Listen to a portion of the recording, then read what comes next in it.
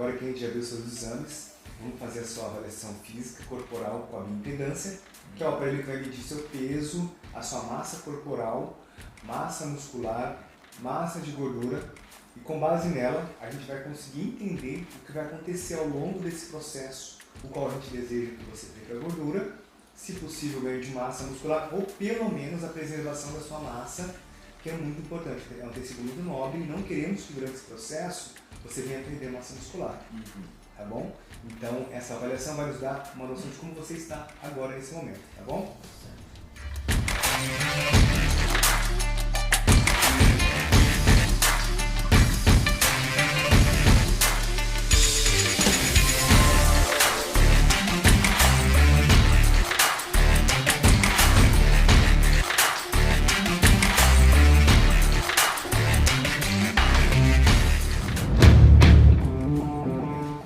Vamos lá então, Nádia. Aqui a gente tem o seu peso.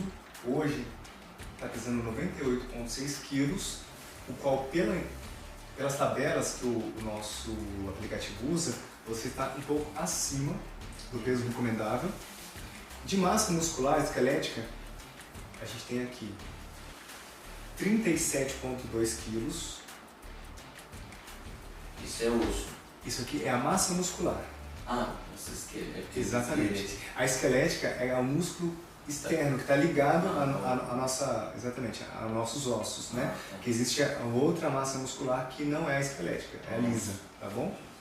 Então você tem uma boa massa muscular, que ela está acima do normal em relação à sua altura, o qual a gente quer preservar nesse processo. E teremos uma perda de peso e não desejamos uma perda de massa muscular acentuada. Um pouco pode acontecer, não é nada de anormal durante o processo de emagrecimento, mas a gente não deseja que seja uma perda acentuada.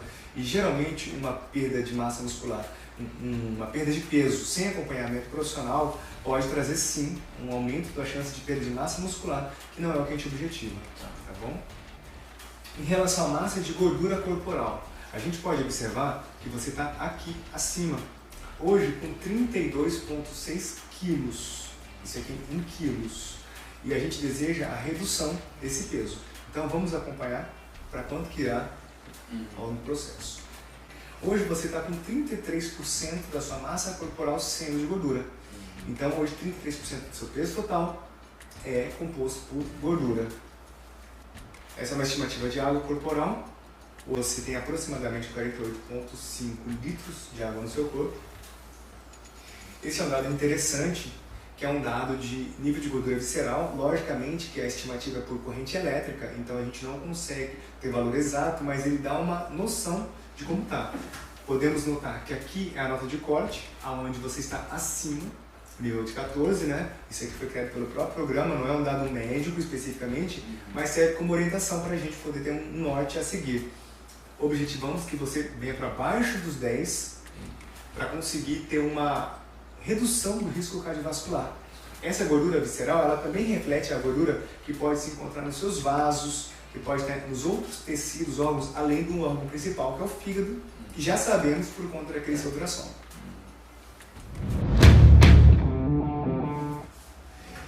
Esse aqui é o gráfico final, o qual o programa traz uma nota que ele desenvolveu, não é uma nota médica, mas hoje você está com 69 pontos de 100, onde desejamos que você aumente essa pontuação e existe uma maneira de melhorar essa pontuação no aplicativo, seja por perda de gordura ou ganho de massa muscular.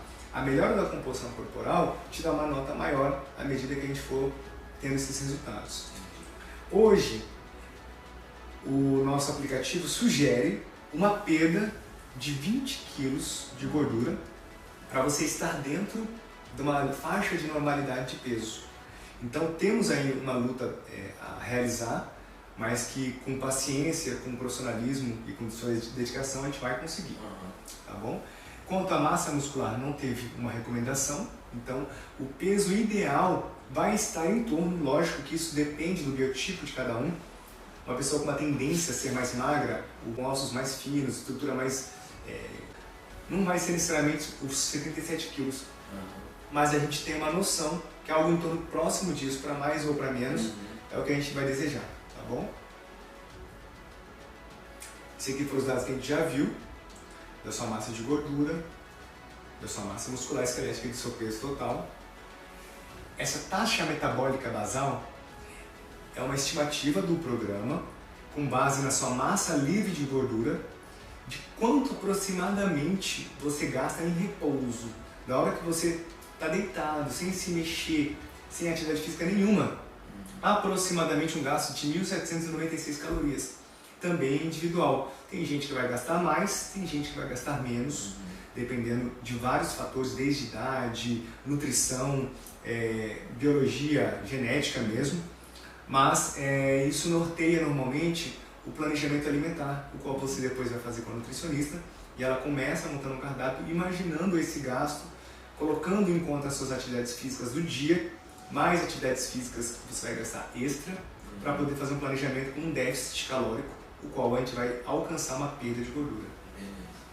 Isso aí é tipo o combustível que eu tenho para gastar no dia. Isso é o que o seu corpo provavelmente em repouso gasta.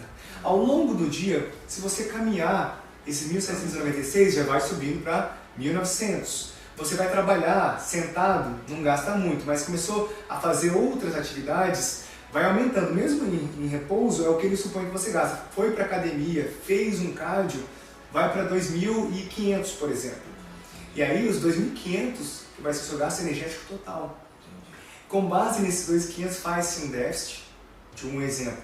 Exemplo, 1.000 calorias deficitárias.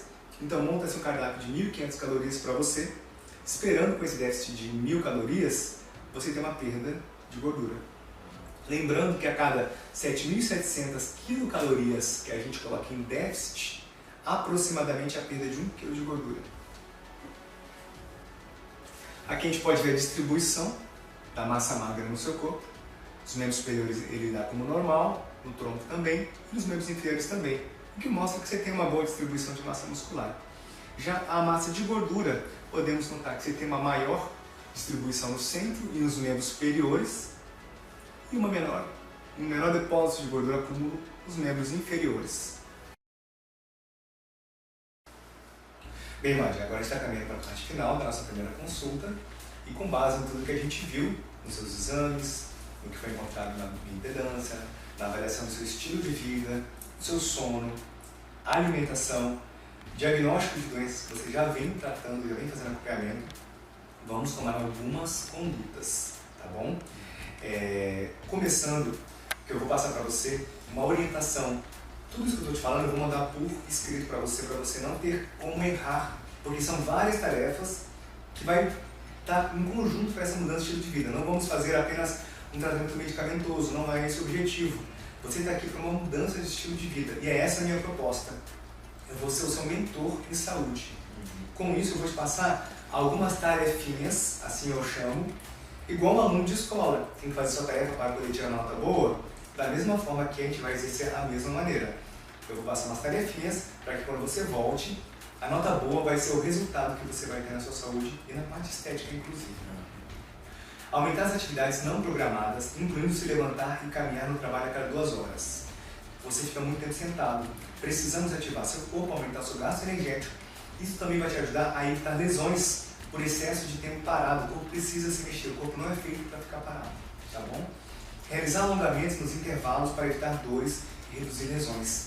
Como você trabalha com muito movimento repetitivo diante do computador, precisamos reduzir essa chance. Alongando as articulações, os músculos, eles promovem um relaxamento, uma ativação muscular, dá um descanso, melhora a circulação, com isso a gente consegue reduzir algumas lesões típicas de pessoas que têm esforço repetitivo como você. Atividade física, vamos precisar iniciar uma atividade física resistida, que é a musculação, e atividade física aeróbica. A resistida, no seu caso, é para preservar a sua massa muscular. Nesse momento, como você vai entrar em restrição calórica para controle do diabetes e perda de peso, não vamos colocar uma atividade muscular, de musculação, para ganho de massa. Esse momento não é o momento mais adequado. Porém, realizando atividade física resistida, diga-se musculação, a gente vai conseguir segurar a sua massa muscular, para que você não tenha a perda acentuada nesse processo. E a atividade aeróbica, ela vai te dar mais condicionamento cardiovascular, ela vai melhorar a sua resistência física ao condicionamento, ela vai diminuir seus triglicéridos, ela vai ajudar o controle da glicemia, o controle do diabetes em si, sem uso de medicação, só pela própria atividade física, E ela também vai, com isso, aumentar os receptores que você tem no músculo para puxar a glicose para dentro da célula na ausência da necessidade da insulina. Isto é, você consegue um controle melhor com a atividade física. Então, para você vai ser essencial. Lembrando que vai melhorar seu sono, sua disposição.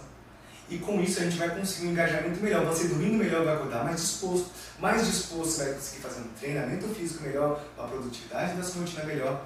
E o dia seguinte você vai dormir melhor novamente. A gente vai criar um novo ciclo na sua vida.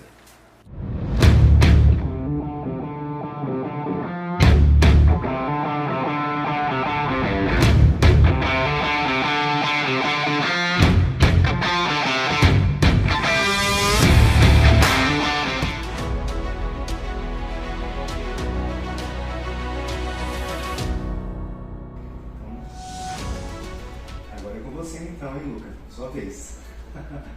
O motivo hoje que vocês trazem ele aqui, a consulta, qual seria principalmente, Martim? A nossa preocupação muito é a questão de obesidade dele, né? Ele é uma criança que durante a pandemia, até o começo da pandemia, ele tinha até um peso normal. Aí na pandemia, por ficar muito em casa, jogos, as coisas, ele ganhou muito peso. E isso começou a preocupar a gente, e a gente já sabe que ele já tem um ganho de peso grande, ele já é uma criança obesa, né? Então aí a gente quer, o principal é a questão da saúde dele, né? De emagrecimento mesmo. E Luca, me fala um pouco de você. O que você espera ao vir aqui consultar comigo, o médico esportivo? Espero que fique tudo bem, que seja legal e só isso. Só isso. Tá ótimo. Me diz uma coisa, o Luca atualmente ele está praticando regularmente atividade física, programada, com horário, com dia? Ele faz judô, né, filho? E futsal. O judô é mais frequente, é toda quinta. O futsal às vezes acontece, às vezes não acontece. Mas a frequência é o judô. Quinta-feira, que horas? Que hora é? Seu judô depois das 18, né? Das 18h15 às 19h. Não, das 18 às 18h40. É, 18 às 18h40. Quinta-feira que é o dia certo, né? É. Onde que ele faz? Lá na escola dele mesmo. Qual? E também tem a piscina que ele vai às vezes, né, Luca? Mas é bem pouquinho, né? Do condomínio. Ai, eu gosto muito de nadar, não. Eu nado lá só porque eu quero perder peso. Ah, é? E água gelada? Morninha. Morninha? Dá pra entrar tranquilamente na água sem ficar com frio? Que bom. Você gosta de nadar, né? Se pudesse, ele vivia no mar, na piscina, no rio, né? E a parte de desenvolvimento escolar dele, como que tá? É excelente, excelente. Ele é bastante... Aproveitando a nossa mudança de lugar, eu vim falar que foram mais 2 horas de questionário. Muitas perguntas. O Dr. Victor quis saber toda a rotina do Luca, tudo que ele fazia, as atividades físicas dele, até o desempenho escolar dele ele quis saber. Tudo para saber qual a melhor forma de lidar com o caso do Luca. Foi muito legal.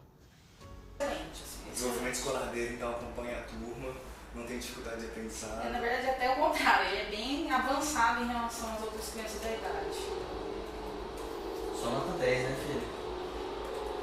E ele dorme bem, dorme bastante. Vocês notam que de manhã ele acorda disposto ou ele ainda fica a manhã toda sonolento? Demora pra... Não, amanhã toda não. Mas você leva aqueles 10, 20 minutinhos pra recarregar. Aí depois desse momento ele desenvolve Aí normalmente vai ou embora, aí tá. fica com sono durante a manhã? Não, ele é bem ativo, bem ativo. E que horas que ele costuma deitar? A gente põe um limite de 10 horas. Às vezes passa 10h30, 11 horas no máximo, mas 10 horas ele dorme.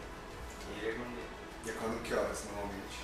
Também umas 10, 9h30, 10 horas. Né? Pelo menos a quantidade de sono, se é de qualidade, a gente já tem um bom sinal, que ele dorme ali aproximadamente quase 11, 12 horas, o que é adequado para a idade dele. Eu falo pra ele, até eu ia falar pro médico falar que criança que dorme bastante cresce, né? A criança que dorme mais, ela se desenvolve melhor. Na hora que você está dormindo, é quando o seu corpo está se recuperando do desgaste que você sofreu durante o dia. É dormindo que o corpo recupera. Entendeu? Parece que quando você dorme, você cresce, você se desenvolve. Entendeu? Esse aqui vai ser um exame que você vai subir, vai mostrar o seu peso. E uma corrente elétrica que não vai doer nada, vai passar no seu corpo e vai mostrar quanto você tem de massa de gordura, de peso total e de massa muscular. Vamos lá?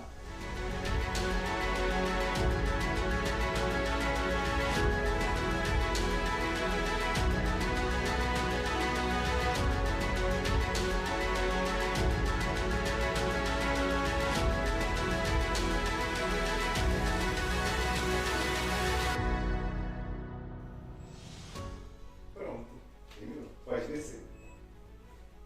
Pode sentar. Doeu?